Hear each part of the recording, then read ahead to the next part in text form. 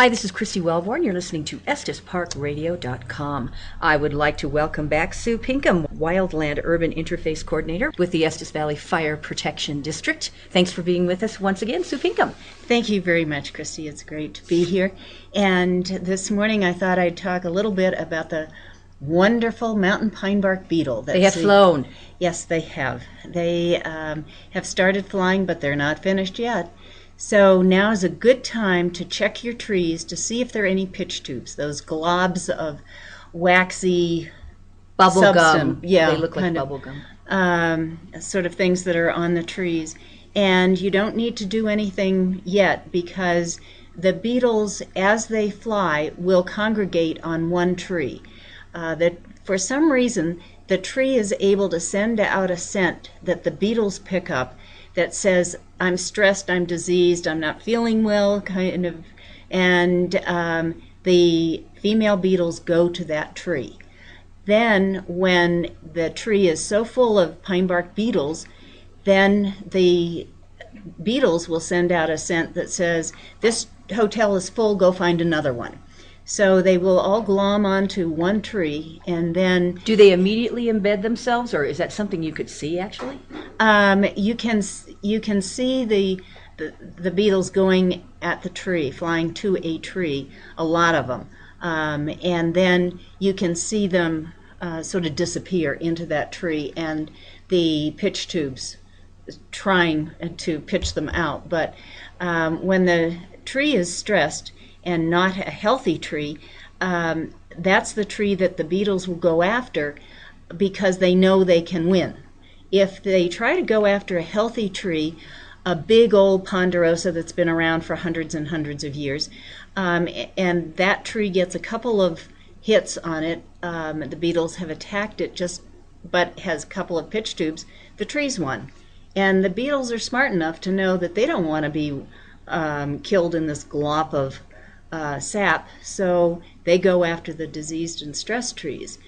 And the best thing to do, not now, wait until after the beetles have flown and everything sort of quiets down. But in the wintertime is really the best time to do any thinning, any trimming of your trees, because the sap it will still flow and the tree will mend itself if you're trimming, but it will also not send out any scent to beetles saying, hey, you know, I'm stressed or I'm wounded or whatever. So ideally any trimming or thinning or anything should take place in the wintertime, and that's healthier for the trees too, even though conifers don't really go dormant the way deciduous trees do, the aspen or maples or oaks. They still require water throughout the winter time, but they slow down a bit. So that's the best time. It's good you point that out, because I would think that people put that on their summer to-do list, you know, going around, you know, weed eating their grasses, but trimming their trees, but that's just not the ideal time. Right. Okay. Right. Yeah. The winter is the best time for doing anything thinning on trees. Now, if you're taking out shrubs or you're weed whacking grasses, which is really important, we've had so much rain that for a fire protection, you really need to keep the grasses short around your house, out about 6 to 10 feet out. Weed whack them. I mean, we live in the country. We don't have perfect lawns, and so it's okay if they're a little lumpy, but keep them less than 6 inches, and keep them green. And right now we don't have any worries about keeping them green because we're getting showers every third or fourth day. And but if we get into a dry season, that's the time when you need to water your grasses for fire protection.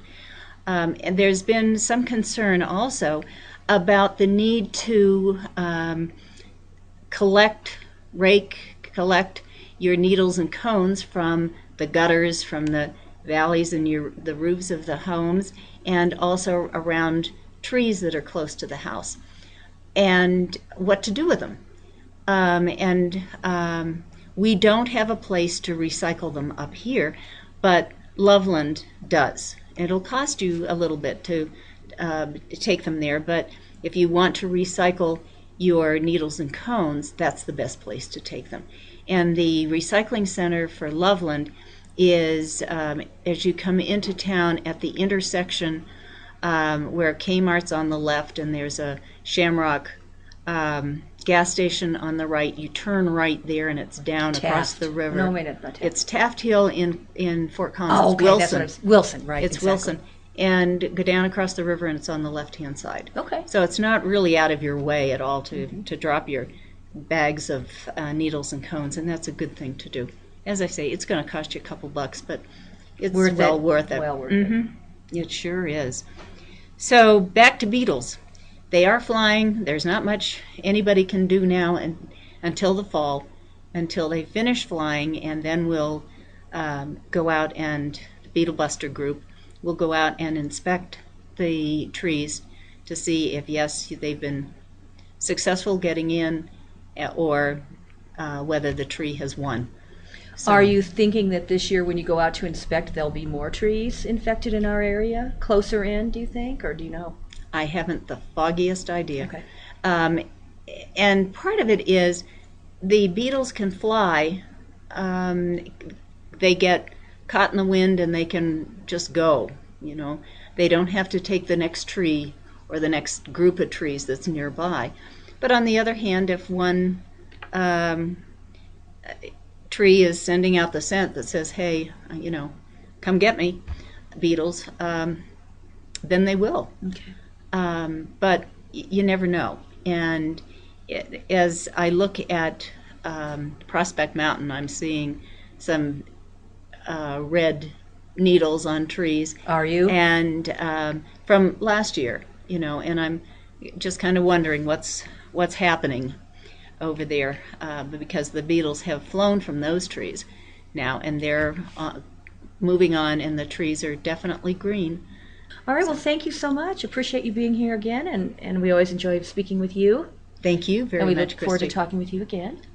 Okay, Sue Pinkham, Wildland Urban Interface Coordinator with Estes Valley Fire Protection District.